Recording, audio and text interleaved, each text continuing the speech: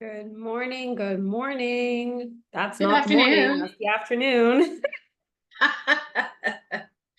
Who's counting? I'm so used to hosting these at 10 a.m. How's everyone doing today? No A bit, complaints. It's Wednesday. a bit busy. Busy's good. Yeah. Yes, yep, definitely. It's Wednesday, getting through the week.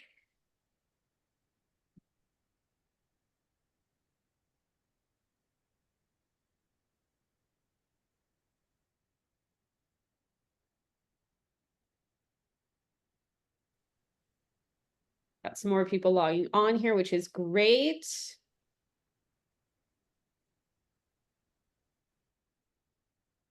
Thank you everyone for joining us today. While we wait for people to come in, I'd love to kind of hear from people about what they're hoping to get out of this.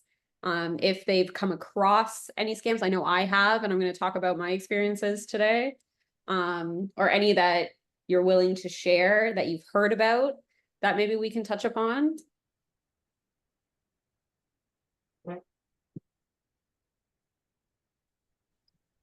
I'm driving, so I'm just going to listen. Okay, sounds good. Thanks, Carol. That sounds like a scam to me.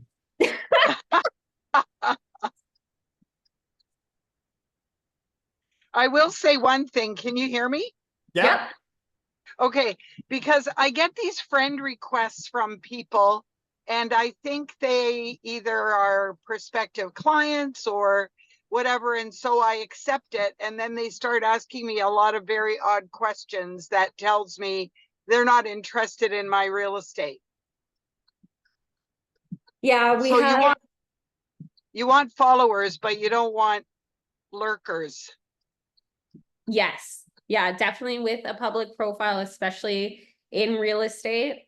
Having those social medias is very important, but always, being able to spot fake profiles, being able to spot, questions that, have nothing to do with real estate or not ones that you need to be engaging with. Right. You can also, if you're, not sure, you can respond back. The biggest thing we're going to be talking about today is that the issue with scams is when you provide personal information or provide any type of money or credit card information. That's the point at which the scam occurs. If you're interacting with someone on a message, you still should be okay. It's just the act of providing information or paying money. Okay, thank you. You're welcome. And thank you for sharing. We do have, I'm going to be sharing my screen. We're going to be going through a presentation that I have. I don't want to scare anybody, but it is 63 slides. But it's mostly just examples, live examples that I want to show you to make sure that you know what to see, you know what to look out for, and you know how to either report them or who to reach out to ensure that, to double check if it's a scam or how to connect with the right people. So I'm going to start sharing my screen here. In respect to everyone's time, I do want to get started.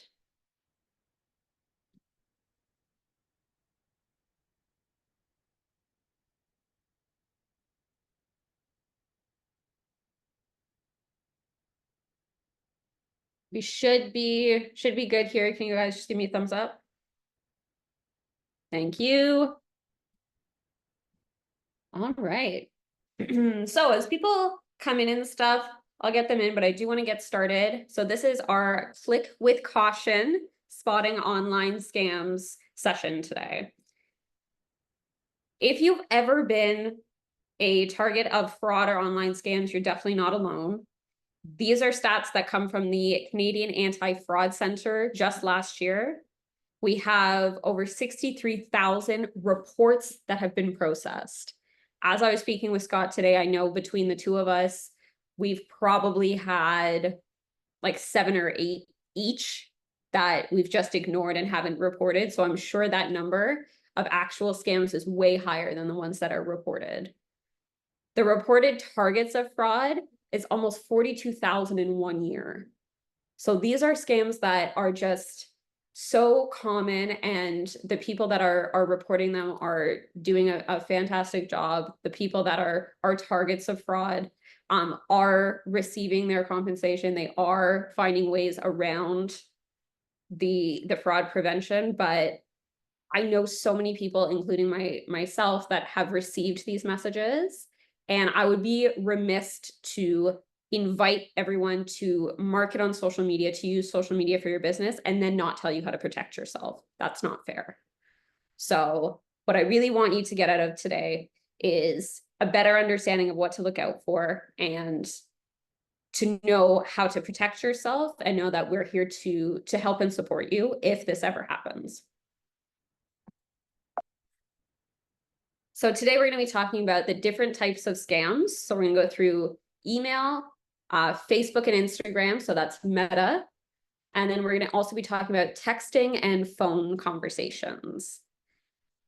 We're going to talk about how to spot them, the key areas to look out for, what to do if you receive a message, and who to turn to when you're really not sure, because I know I've come across messages where I'm like, I have no idea if this is a scam or not. I got to reach out to people that know better than I do. So the first one we're going to talk about is the type of scam is email. So these ones deal a lot with messages about urgent moving inquiries. You know, I have to buy a house in Canada right away, or something like that. Those we see, or I've seen before. Getting emails about urgent fees or invoices due from maybe companies that you've either used in the past that you're not currently using, or companies that look like a company you're using but aren't actually. The "are you free" email. So this is a type of message where someone you know is inquiring, you know, "Are you free? I have an emergency, or I need you to do me a favor." So we're going to look at how to spot those. And then we're going to look at the ones that the CRA has alerted us about. So these are the emergency and disaster benefit, grocery rebate, GST, HST, tax refund and credit, and the phishing scam to offer a refund. So those are all scams that the CRA has posted about that are happening and that they want you to look out for. So we're going to go through some examples. I'm going to spot how I figured out these were a scam, and then what you should or shouldn't be doing if you receive this. So this first one is that urgent moving inquiry. "Hi, I'm looking for assist to invest in your country. Regards," and a person's name. So in real estate, this is a very common one that I see that people get. I've gotten it. Sometimes they're more sophisticated than this, sometimes they're not. But a couple of the ways to spot these is, one, you have that mass email to an unknown number of recipients. If this was a direct email from a direct person, then your email might be there. There are definitely other ways to spot if it's a scam, so don't rely on just one of these. Look into all of the ways you can spot if it's a scam. So the first one would be, who is it going to? Is it going to you, or is it going to this undisclosed recipients? The second one is, it's very minimal context. It's not a proper message. There's no detail to it. If this is very vague and urgent message, that's a key indicator that it is a scam. There's also no contact information, and there's misspelling. Contact information is key when you are trying to decide if it's a scam or not. If there is contact information, you can always Google it. If there's no contact information and the email seems not quite right, that's a huge red flag. So for this email, I would suggest just ignoring and deleting it. If you don't know anyone by this name, and there's very vague context and no contact information, ignore and delete it. This next one is an example of that fees or invoices due. So this is actually one that I got. This is an email from DHL. "Dear customer, we hope this message finds you well. We wanted to bring to your attention that the delivery of your recent order has not been paid for yet. I order a lot of stuff online. That would make sense. It provides an order number and an amount due. Please make the payment at your earliest convenience to ensure timely delivery of your order. Thank you for your prompt attention to this matter. Best regards, DHL Express. So this could be plausible. Like I said, order a lot of stuff online. Pretty sure my mailman can vouch for that. But this one has a very vague and not directed introduction. Any type of shipping information would have your name, and they would include your name in that email address.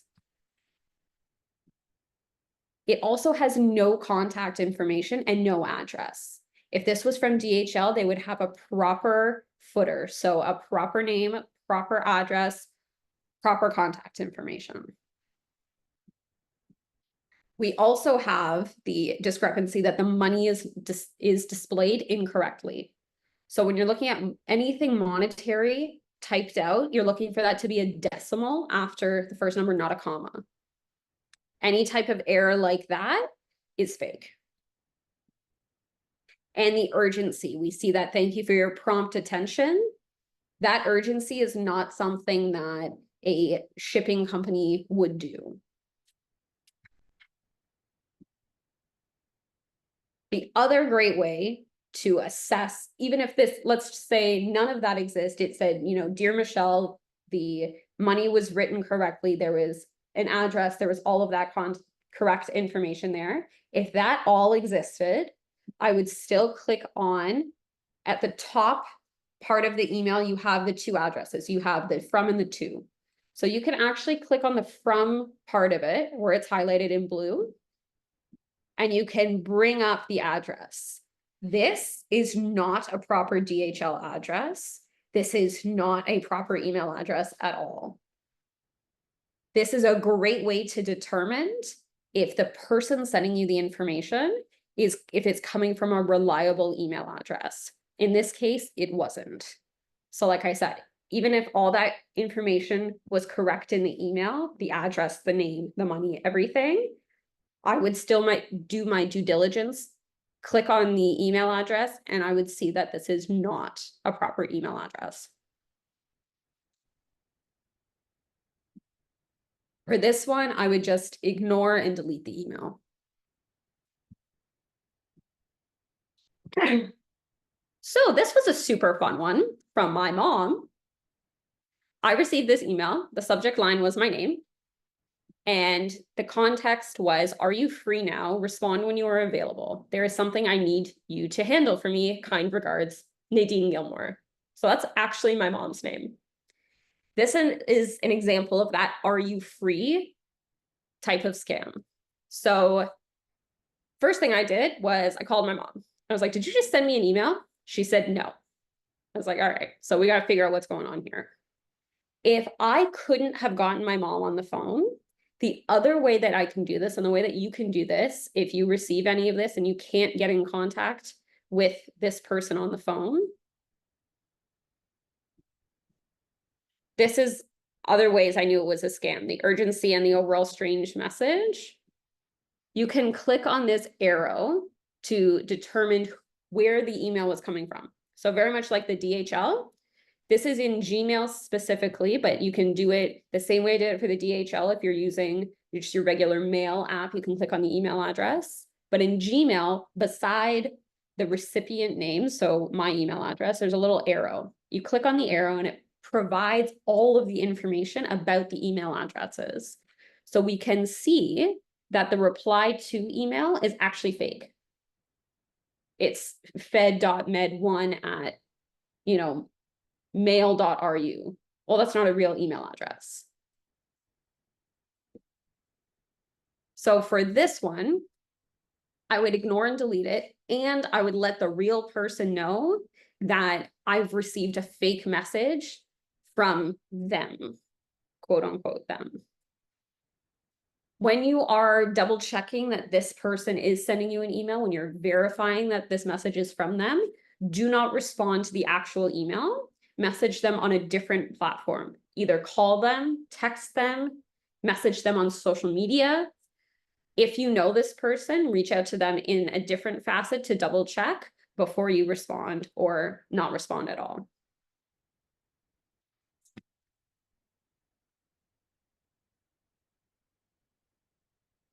The next one's about Facebook.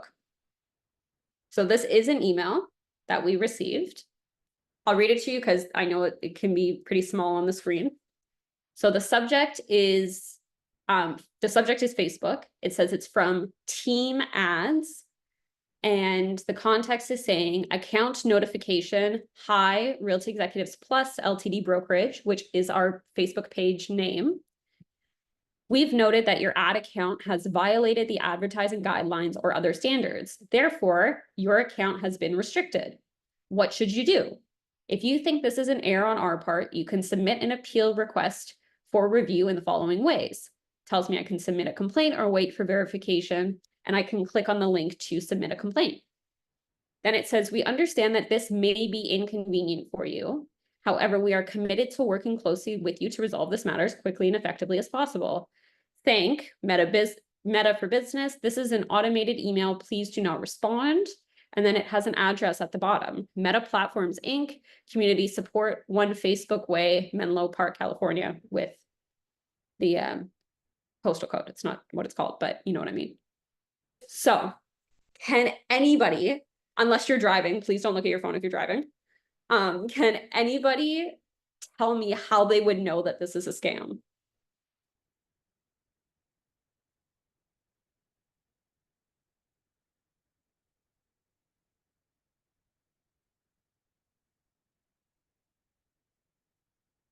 This one stumped me. I was caught for a second. Okay, so first of all, we don't have an @Facebook email address. I'll show you an example of what an actual Facebook email address would be. This one, even though it says it's from Team Ads, is actually from monroechristina792@gmail.com. Facebook would never send you an email from a personal email address, only the branded Facebook mail addresses. The next way is that the content is actually unspecific. Even though it says I violated the advertising guidelines, you'll see it says advertising guidelines or other standards. Facebook is specific if you violate their guidelines. They will tell you it's, it's because you didn't choose housing, you violated this specific guideline as part of their regulations. Although this looks like a very concerning email, it's not specific enough to be from Facebook. And the only way that I know that is because I've definitely violated their guidelines, so I know what those emails look like. You also have an automated email with no name. You also have a misspelling where it should say thank you. It says thank. Meta for Business is not a signature that they would use. You also have an improper footer. This is what got me. I thought this is their actual address. This has to be Facebook. Their address is 1 Meta way, not 1 Facebook way. This one was like, I almost got this one. So I Googled the address, the physical address, and it comes up, don't reply to this email, it's a scam. And I was like, oh, okay, almost got me. This is what it's supposed to look like. You have an @facebookmail.com email, and you have a specific footer, and it will say this message was sent to, and it has your email address. It will have an unsubscribe feature, and it will have their proper address, which is the 1 Meta way, and it will have the to keep your account secure, please don't forward this email. That is what a proper footer should look like. While I send out the recording and I'm sending out these slides, I would suggest everyone keep this little information here, the one on the right-hand side with the proper Facebook email address and the proper footer, because these scams about Facebook they're getting real sneaky. And this is a really great way to determine if the email you receive matches any of these. For this email, I just ignore and delete it. Now, these are the ones from the CRA. And I know we had invited some of our friends from Realty Executives International. So if you're not dealing with the CRA, you might be dealing with the IRS. These are still the same. They, instead of being from the CRA, they'd be from the IRS, but the scams are the same. You have a grocery rebate scam. It's a message with a link claiming to be the CRA or IRS, but a grocery rebate. You have links being sent claiming to be about emergency benefits, specifically targeting people who are impacted by emergencies or disasters in that area. You also have scams offering a refund from the CRA. Scammers will use a fake CRA email address or phone number to offer a refund. The message says the CRA owes you a refund and will ask you to click on the link to provide personal information, such as social insurance number, date of birth or your name, and online banking information to receive your e-transfer funds. What the CRA is recommending is that you do not click on any links or reply to the message, and you do not send any personal or financial information. If you ever receive any text, email, anything claiming to be the CRA, and you're not sure because they're asking you to click on these links, asking you to do all these things, look up the proper CRA website. They have contact information. You can call them directly and just ask, hey, did you guys send me an email? And they are more than happy to verify and check. They will probably say no. You also have the GST, HST tax refund and credit scam. Again, it's asking you to provide this personal information. And like we said at the beginning, that's what they're looking for. They're looking for that personal information. They're looking for that credit card information. And that's what we want to make sure we're not giving. So in general, email scams and how to spot them. You're looking for that urgent call to action or threatening timeline. So you should definitely be suspicious of emails that claim that you must click, call, or open an attachment immediately. Often they'll claim you have to act now to claim a reward or avoid a penalty. Whenever you see this immediate action, this urgency, take a moment, pause, and look carefully at the message. Use the tips and tools that I've just given you to spot email scams. Slow down and be safe. First time infrequent senders or senders that you have never interacted with before, especially in real estate, you have new clients, you have, new people messaging you. They could definitely be from someone for the first time that's outside of your organization. You still want to implore these tools that I've just given you just to double check always, such as checking for bad grammar and spelling, generic greetings, mismatched email domains, and suspicious links. You do want to verify proper email addresses. You do want to look for contact information. You do not want to assume anything or get distracted by urgency. It can be really scary when people are asking for money. It can be really scary when a CRA is asking you to collect money or send them money or anything like that. But you do want to call that contact to verify the message before taking action. Whether it's, you have to call your mom to ask, you have to call the CRA, you have to call, DHL directly. Contact them in a different way that you've received this message. So don't reply to the email you received, call them, DM them, something else to verify. And I also have linked here the CRA website that has all of these scams that I've just showed you and ways to report them as well. So before we move on to Facebook and Instagram scams, does anyone have any questions about Facebook or want me to go back to any of the tips that I shared? No. Okay, we'll keep it moving. So our lovely Mark Zuckerberg and his Facebook, Instagram platforms. So we've all seen fake accounts. We've all seen urgent warning messages saying your profile's being taken down, your profile's been restricted. We're going to talk about those. We're also going to talk about the is this you link that is sent out. We're going to be talking about the quote unquote friend requests that we get.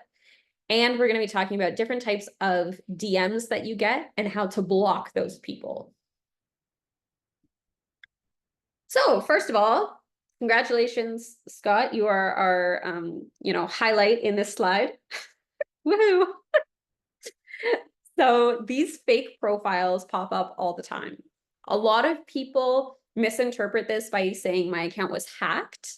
That's not what's happening in this instance. Your account is fine. Someone is mirroring your account and trying to recreate your profile by sending you, people that friend requests. They're trying to DM them and say, oh, this is my new profile. I need your help with this. I need this.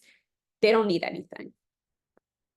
We can see here two examples, one in which someone has copied a profile picture and a background picture straight from Facebook. The good thing and the bad thing about Facebook is that for companies and stuff, for us, we provide our agents the opportunity to download and save all of the photos that we post for content, which is great because then it's easy for you guys to download those photos. The unfortunate part is that it's actually easy for anyone to download those photos. So double check your privacy settings on Facebook. If you are using a personal account and you don't want those pictures downloaded, make sure your privacy settings are up to date.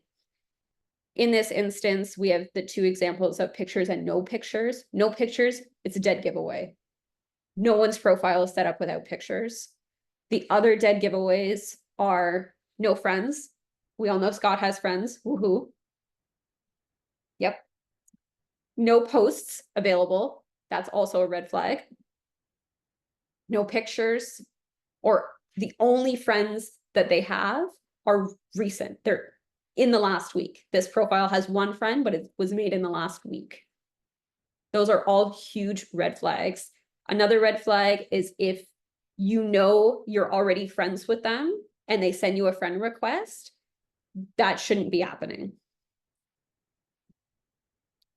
For this, you can actually click on these three dots on the profile that's requested you, and you can click on report and it will pull up all of the types of reporting that you can do. So you can click pretending to be someone else, fake account, fake name, all of these different things.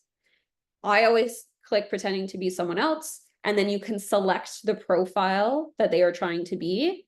And then that person, so when I do it, Scott actually receives an email in his inbox saying someone's reported an account that's trying to be you, so that he knows.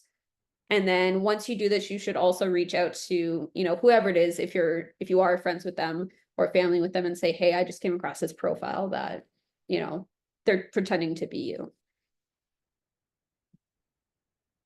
We also have these messages and comments that come up, these urgent warning messages. So for example, one of them is from the profile maintenance service. One of them's from, this Meta page, this police page. So these are fake page names. They have these links that need you to click here with urgency. This one says, if you do not confirm, our system will automatically block your account. No, they won't. These messages are never from Meta. The only way that Meta is talking to you is through a proper email with that proper email footer and email that I showed you before. They will never create a page to post on your site under the comments or DM you. These are absolutely fake. Yeah, if your profile is suspended or in violation of Meta guidelines, Facebook will send you an email with the proper information. So when you get these, what I usually do is I just ignore them. If it's a comment, you can delete it, and I do suggest you do that. But for the messages, they will actually be deleted automatically. I was trying to pull examples for you guys from my own Facebook because I have the pages that I run, and I'll get them all the time. Meta now is actually deleting by itself the scam messages. So, which is good. They didn't used to do that. So for the Facebook messages, I would just ignore them. For the comments, I would go ahead and delete them. This is also one that you get in your Facebook Messenger or Instagram DMs. Is this you? And it's a video, or it's a, I know there was one that was circulating. It was, oh my gosh, I can't believe this happened to you. Or isn't this your friend? And then again, it's a link to a video, or it's a link to a site. So these actually usually look like they come from people you know. So that's why this one's a little bit harder to spot, but you have that urgency, you have that external link. If you're not sure, or if you receive a message like this, I highly recommend you contact this person on a different platform. You text them, you call them. If it's on Facebook, you go to Instagram. If it's on Instagram, you go to Facebook. You contact them on a different platform and say, did you send me a message? And if they say yes, then that's great, and open it. If not, then you've done your due diligence and you're protecting yourself just in case. For this, I would ignore and delete the message and let the real person know you've received a fake message from them claiming to be them, if you know for sure it wasn't sent by them.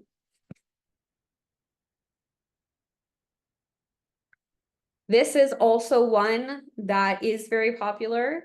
The one looking for a friend request. I get these a lot on my Facebook comments. I don't get them a lot on Messenger, but I know people get them on Messenger too. Can you please send me a friend request? I tried, but it didn't go through. So for this is a new Facebook account. That's a huge red flag. It has no pictures. Another red flag. The timing, 1 o'clock in the morning, I don't think so. The context of the message is very weird. If you read the whole thing, it's a very uncomfortable message. Also, lies. You tried to send me a friend request, but it didn't go through. Facebook's a good system. If they sent you a friend request, it would have gone through.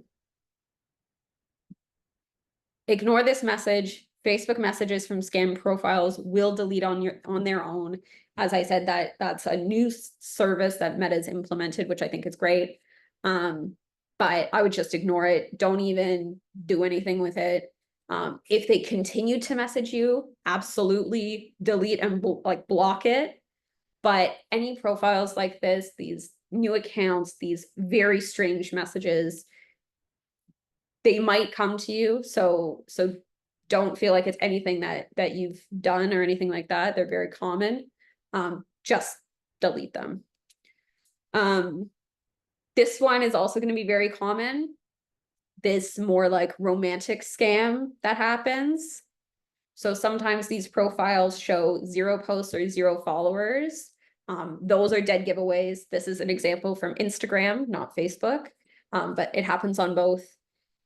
They're also offering an amount of money that can look very enticing for a service or for something. Asking for money is a huge red flag. You don't know them, anything like that. Again, it's a popular scam, but any site asking for money is a scam. For this, you do have the option to block them. When you click on block, it will say, do you want to block this profile, or do you want to block all profiles that this user creates? You're going to want to click that one, because I've tested both. If you click the first one, you just block that profile, you'll get the same message from different profiles. They have different usernames, they have different pictures, stuff like that, but it's the same message. So when you click on block, it will say block or block all future profiles created by this user. You want to click that one.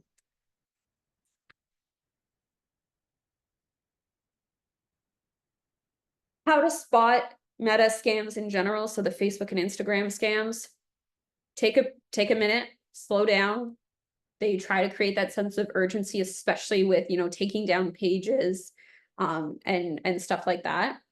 Take a minute, read the message, figure out where it came from. Is it a Facebook Messenger?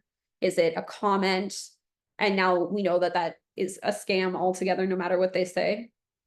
You also want to research to double check the details before clicking any links or downloading files or adding friends, anything where you have to change something about your page. You really want to check where that request is coming from. You don't want to send any information or any money. You don't want to send any personal information, no money, no reputable organization or person will be demanding money on the spot like that. Emails only. Meta will only ever send you emails. So those messages you get, those comments are never ever from Meta. And if the profile is asking for money, just block it.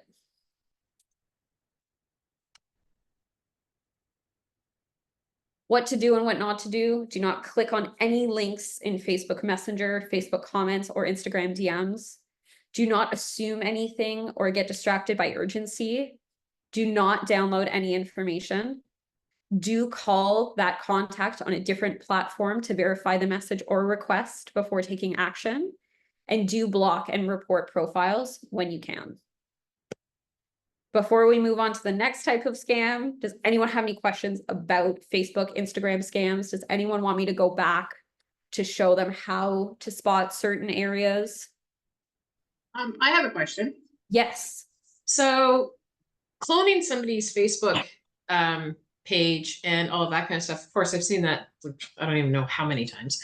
Mhm. What have they got to gain? Like, I don't understand what you've got. I am not that exciting. Like, why would you want to clone me? So the issue with that comes up is if, let's just say I didn't know any of this. Let's just say I had no idea that these were scams or anything like that. If I see that someone I know, like, and trust has created a Facebook profile and they want to request me as a friend, great, I'll add them. Then later on down the line, whether it be the next day, 2 months from now, whatever, your profile is going to message me and ask, hey, I need a favor. I need, I have to go out and buy these gift cards. Can you just go buy them for me? Anything like that. Or hey, I'm stuck at a gas station. My credit card's not working. Can you e-transfer me $200? Because they are only adding the people that you are friends with on Facebook. So they're trying to clone your entire profile to create, this second profile that you have, and then use your friends to extort money. Isn't that nice? Right? I've had those. My stepmother. I need iTunes cards. I'm like, yeah, of course you do. Yeah. Yeah, we're gonna talk about that because that was actually one that Scott had. Someone had messaged saying, this is Scott, I need a favor. And like I said, when you interact with the messages, that's not the scam itself. The scam is when you interact with money or personal information. And the message was that it was, I need gift cards. Yep, I'm in a meeting. Yeah, Eric had one too. Yep. Eric had one, and I think Julia had one too. Yeah. They're very entertaining to play with, though. Well, I will say one of our brokers, thank you, Dawn, sent me a YouTube series that's called Scamming the Scammers. That's quite entertaining. I was like, that was a really good question. Does anyone have anything else they'd like to share or ask about Facebook, Instagram, anything like that? Okay. So we're gonna move on to texting. So again, being on the internet, putting your contact information out there to get clients will also get you scam messages. So these come in form of requesting banking information, as we just talked about, I need a favor. This is Kamala Harris. I'm sure Kamala Harris is not texting me. And the hey mom message. So here's the banking information. This is one that I received. Interact e-transfer. There's a link there. Remember to deposit your money transfer of so much Canadian money from Canada Revenue Agency. Data rates may apply. So this is one of the ones that was in my previous example. We're going to talk about it a little bit again after as well. So this is from an unknown number. If I just was based off of this, I would Google the number and I would see that it's not connected to the CRA because the CRA is not texting me. There's also a link, which I unless I know that number, I am very weary about clicking on links that I receive. So also data rates may apply. Last time I checked, downloading money didn't have data rates, and you're not asking me to reply to this message, so that just seems very odd. For this, there's also a dead giveaway if you have an iPhone. I don't know if anyone here wants to talk about what it's like on an Android, but I don't know what it looks like on an Android. Do you, Scott? No? Okay. So on the iPhone, there's a report junk section. You can just click on that and it will throw it right into your junk and block the number. I'm sure there is one on an Android. I just don't know what it looks like. Yeah, no, there is something similar. Yeah, okay. Scotiabank fraud. So this is also a super common one. Scotiabank fraud alert. There was multiple failed sign-in attempts on your access card, and it actually provides some of the credit card numbers and a date. If this was not you, please secure your account below immediately. Red flag. So you have that unknown number again. You have beginning numbers of a credit card, but guess what? Banks have very common beginning numbers. That is not what sets you apart. What sets you apart is the ending numbers of your card. You also have that urgency. You have to secure your account immediately, and you have a link that you have to click on to do so. This would never happen. A bank would never text you because of a fraud alert. They would call you and they would already have that information. They would never ask you to provide specific information that they needed. They would have all that information. They would ask about specific charges, but unless you call them, do not provide them with any type of full credit card number, expiry dates, CVS number, anything like that. Again, report junk and block. If you are suspicious about this message, if you are maybe a little bit worried that it could potentially happen or this has happened, there is a phone number on the back of your card. Call that number. That is the official bank phone number, or you can look them up on the website, whatever bank you use. Call their actual phone number and just ask them, did you just text me? Did you just send me a message about, a fraud alert? They will say no, and they will ask you not to do anything with that message. Unless they say yes. And then that's great that you called and you can have a conversation with that person, but that's incredibly unlikely. This is a good one. This is Scott. I'm stuck in a meeting. Can you do me a favor? This is the one we just talked about. So this biggest red flag is that it comes from an unknown number. Now, if you are in a situation where you know this to be untrue, you can ignore it. For example, if we were at home having dinner and I got this message, there's no way I'm believing that because you're sitting across from me at the dinner table. However, if you are unsure if this is true or not, connect with the contact in a different way. Message or call them at their regular number. Use a different app to direct message them, or message someone that they are with and check in. So for example, if you got this message from Scott, he wasn't able to pick up the phone when you called his regular number, your next point of action would be you can either wait or you can call someone from the office. You can call someone else that they would be with.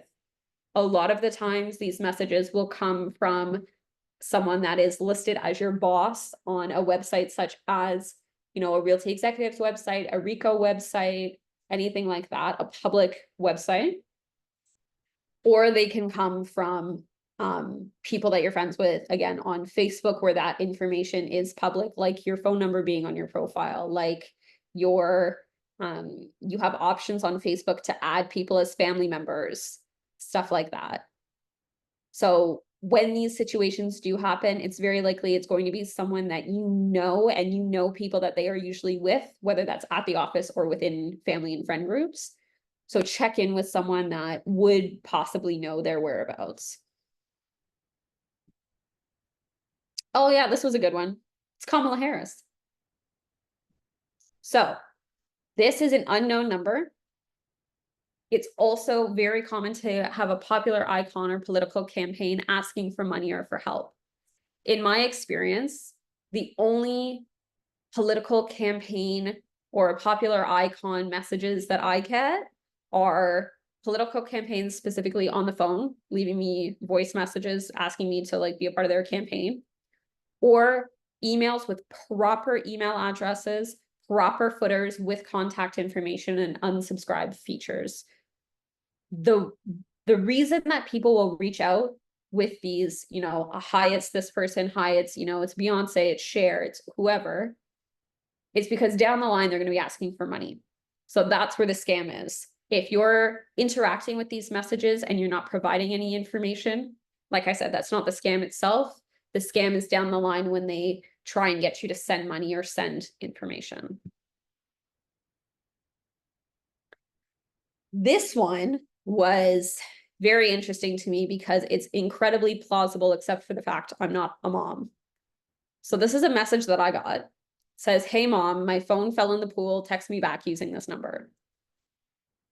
That message probably got sent to 100 people, and I'm sure at least, let's say 2 of them are moms that their kids weren't with them, whether they were like at a friend's house or something like that. So this is completely plausible message for someone to receive, which is very scary.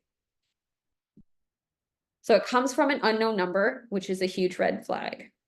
Again, if you're in a situation where you know this to be untrue, you can ignore it. But if you're unsure, do the same steps as before. Message or call them at their regular number. Use a different app to direct message them, especially when it's scams like this and they're pretending to be your kid or your aunt or your niece or something like that.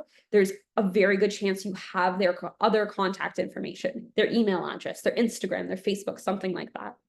Or you can message someone that they are with and check in. These are specifically text messaging scams that are from the CRA. So for example, this one is the scam to access your CRA accounts, or if you're in the States, your IRS accounts. So the scam would be to send a text message claiming to be the CRA to gain access to your accounts. The message will say there's an error with your account, which will need to be updated. You are asked to text back help, and then maybe asked to provide personal information. What to do? Do not click on any links or reply to the message, and do not send any personal or financial information. You also have the fraudulent CRA or IRS payments by text message. So this is a text message of an image with the Government of Canada logo claiming to be from the CRA, offering a fraudulent Interact e-transfer deposit. Following the image, a separate text message containing a link to a realistic impersonation of a sign-in portal for financial institutions is sent. This is a really important one to keep in mind because the CRA is saying that there are very realistic impersonations of sign-in portals for financial institutions. There are, you know, realistic images and logos that can be sent with these messages. So you want to be doing your due diligence. You want to be, if you receive this message, connecting with the CRA on their proper website using their proper phone number and just asking, picking up the phone and verifying that they sent you a message. The messages containing personal information, claiming to be the CRA, requesting a payment, or containing a link, asking for a name, date of birth, social insurance number, stuff like that. You're to not provide any personal or financial information or click on any links. Canada specific, we have the Canada carbon rebate scam. So a text message claiming to be the CRA has a link to the Canada carbon rebate, and it includes images copied from the Government of Canada social media accounts. So when I send out this presentation, you'll see at the end of the presentations, there's resources that you can click on. One of the resources is the Government of Canada website that has all of these. These are screenshots that I'm sharing with you, all the blue and white ones. They're directly from the Government of Canada website, and they have these links. So for example, here where it says Canada carbon rebate, you'd be able to click on that and you can see exactly how they would be informing you of anything and what to not click on. You also have the Canadian pension plan and the old age security scam. Fraudulent text messages claiming to be from the CRA regarding a line from the taxpayer's most recent tax assessment, asking the taxpayer to respond with the letter Y for yes to resolve the issue. Text message scam then sends the recipient a fake CPP related hyperlink, which takes them to a realistic impersonation of the CRA and banking websites, asking for personal information to sign into a fake website. One of the things that you can do if you ever click on these links, and I'll remind everyone later too, if you've gotten to a point where you've clicked on a link, always look at the URL at the top or wherever that URL is displayed, because that should be a proper URL. It would be a CRA URL, not this long URL with all of these letters and numbers that don't make any sense and are not related to why you would be on the CRA website. Texting scams and how to spot them. Is it relevant? The message comes as an unexpected notification, not prompted by any interaction with a business or an individual. Is there urgency to it? A lot of the scams, this is their key giveaway, is the urgency of it, the immediate action requirement, all of that.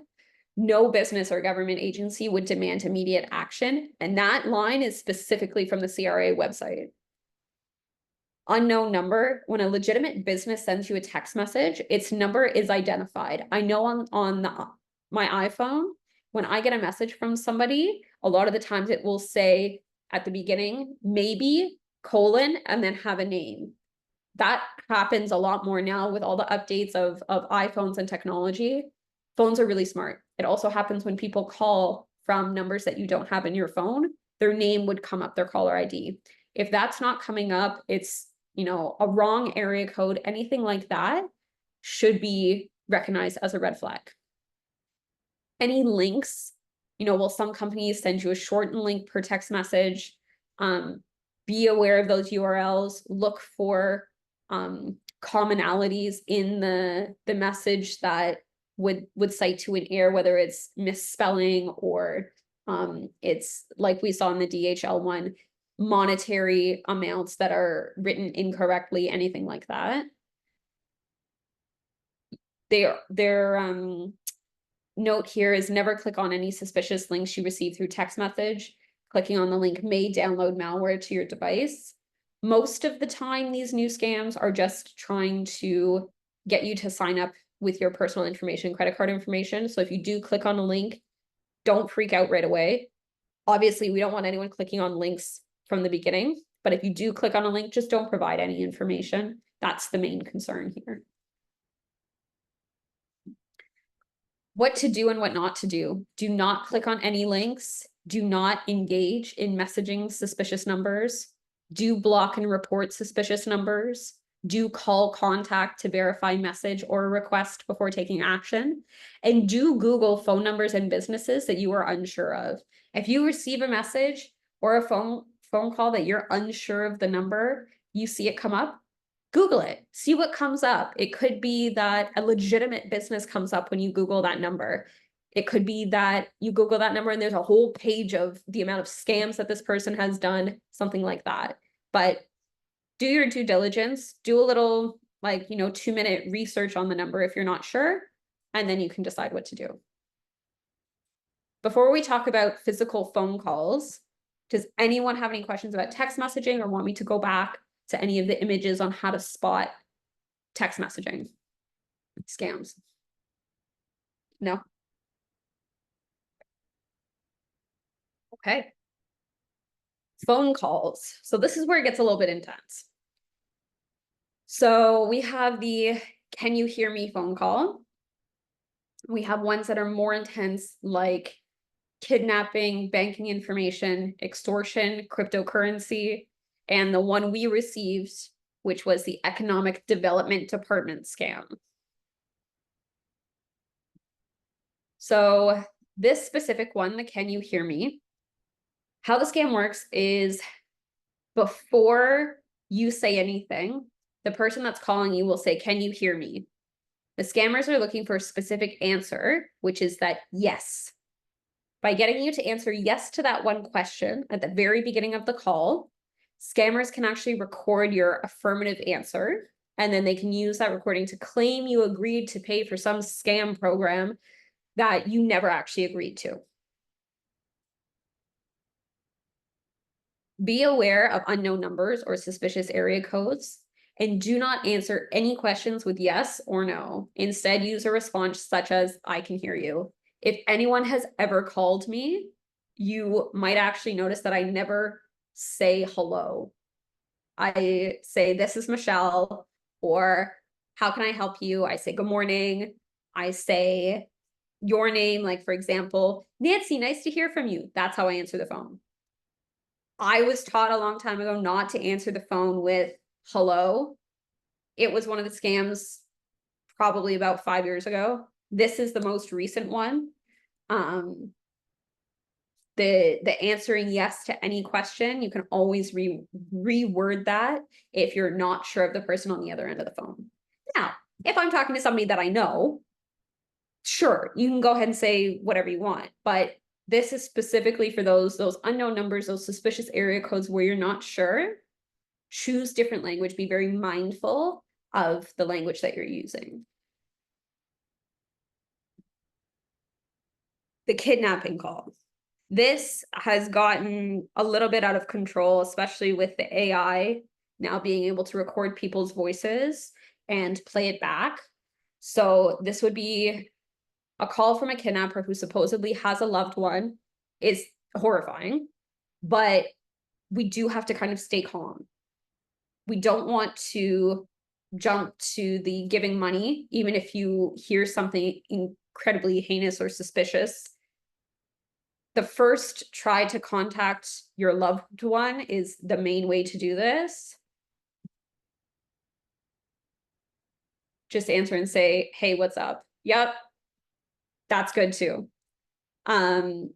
Be extra skeptical if the kidnapper tries to keep you on the line. I'm sure everyone here has watched at least one movie where there's a ransom in it. No actual kidnapper wants to stay on the phone with you.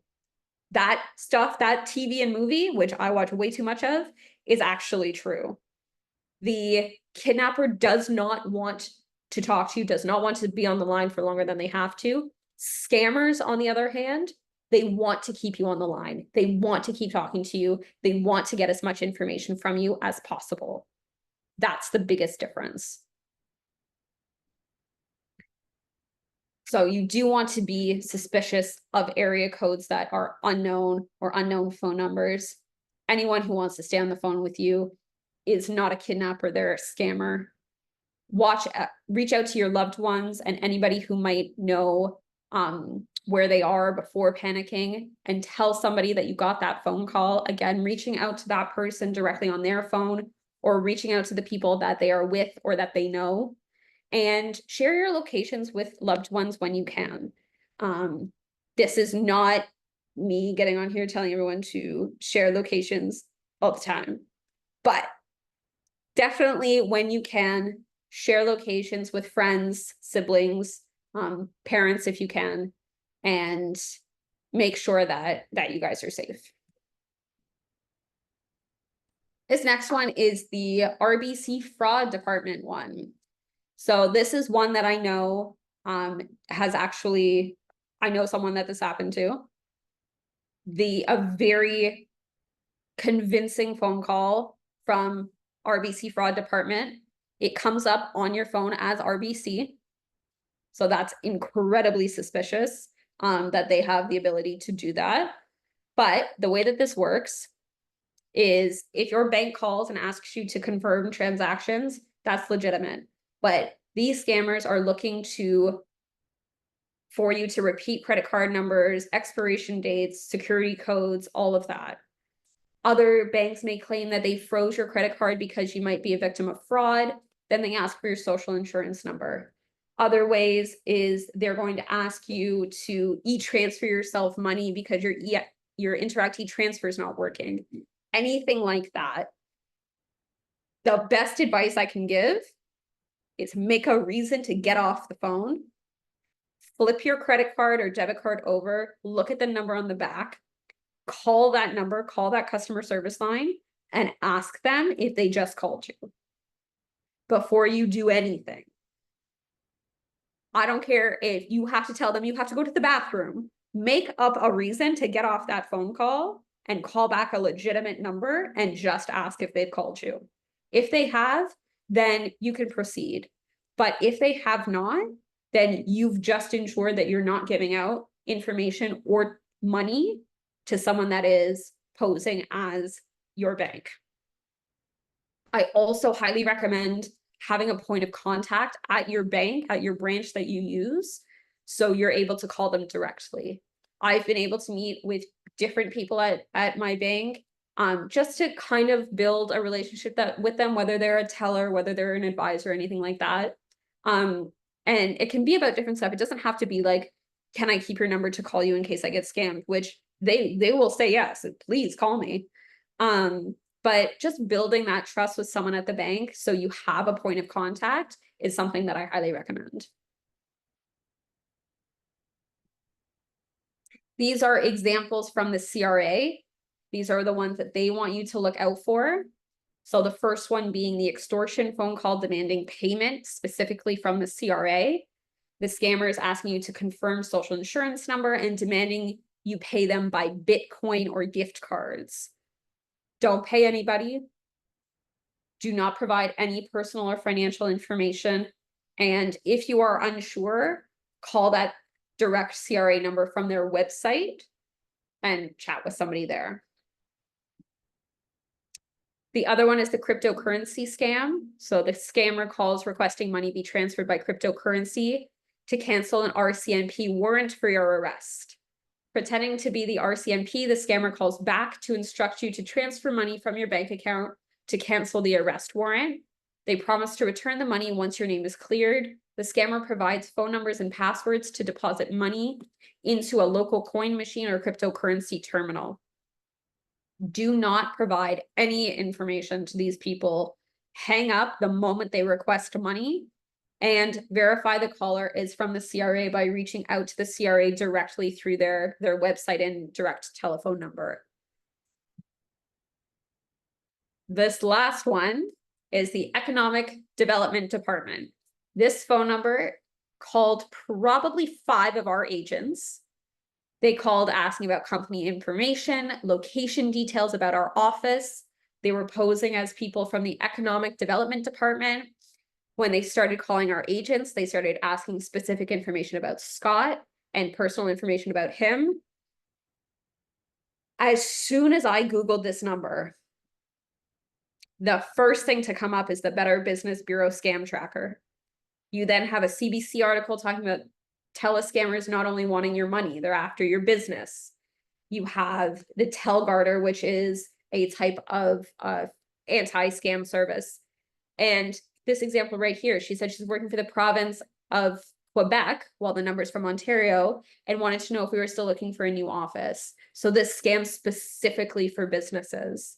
And for stuff like that, I was so grateful to the agents that reached out to me and let me know that, hey, I just received this really weird phone call. I did interact with them, but I didn't give them any information. I just tried to get them off the phone. That was absolutely the right thing to do. And I thank all of the agents that were able to help me with that and do that for us. How to spot these phone call scams. The best option is always to take a step back and assess the situation, no matter how scary it sounds. The best way is just to hang up and call the reputable number associated with that business or the person. do not call the same number back.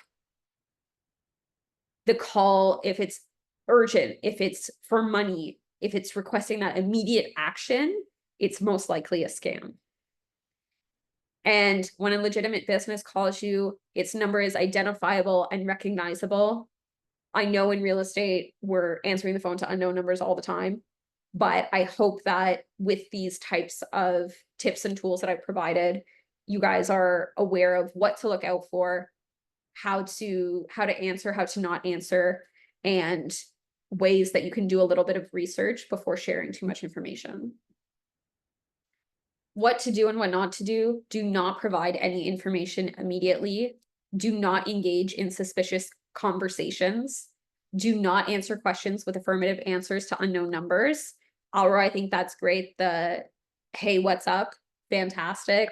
That goes back to me not saying hello when I answer the phone. When instead of saying yes, you can say, I can do that, or no problem, stuff like that. Do block and report suspicious numbers. Do call these contacts and businesses to verify messages and requests before taking action. And do Google phone numbers and businesses that you're unsure of. You'll find a lot more on the internet in a super quick amount of time than waiting around to see if these businesses are true or not. What happens if you do click on something or respond to a message or anything like that? If you click a link, double check the URL to ensure that you're on a proper website, and do not add any personal information. If you click on a link and it takes you to a site that is asking for all of your banking information, it's asking for your social insurance number, all of your personal information, don't do anything, just get out of the site. If you respond to a message, if you're interacting with texting or DMs or anything like that, you can view the person's profile on Instagram and Facebook, and you do not send any money or personal information to these people.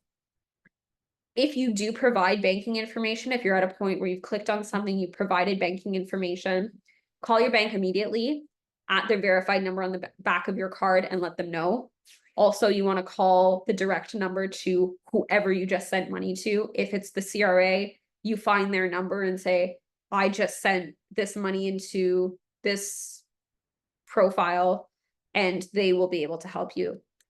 If you do send money anywhere, call your bank to stop payment and report the scam to this link provided. When I send out the slides, you'll be able to click directly there and have that website.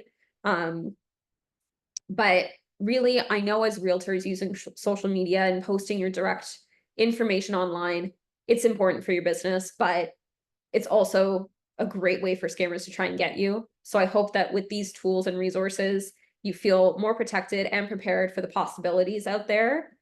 And these are some resources. If anyone is ever unsure and you feel comfortable enough to share with me the messages you received, I'm more than happy to work with you to figure out if it's a scam, whether it's email, text messaging, anything. I will do my best. I've been looking at scam messages over the last 2 years, trying to figure out how to know best what to click on, what not to click on. So I'm more than happy to help anybody. And these are the Government of Canada websites and the Canada Anti-Fraud Center for you guys as resources as well. Click with caution always, and rely on support when you need it. We got you. We want to make sure you're safe. And I hope this was helpful. So that's all for me. Well, Michelle, thank you. That was very, very thorough. So, Thanks. and I think I probably had one of all of those, if not a few times. So thank you so much for that. That's really good. Oh, good. I'm glad. That was amazing. Thanks, Michelle. You're welcome. Thank you guys so much for joining. What you're live with us or on our channel, and I really appreciate you guys putting in the time and effort to join us. Yeah, that's it, and I'll see you guys at our next training session. All right. Thanks. Thanks. Bye.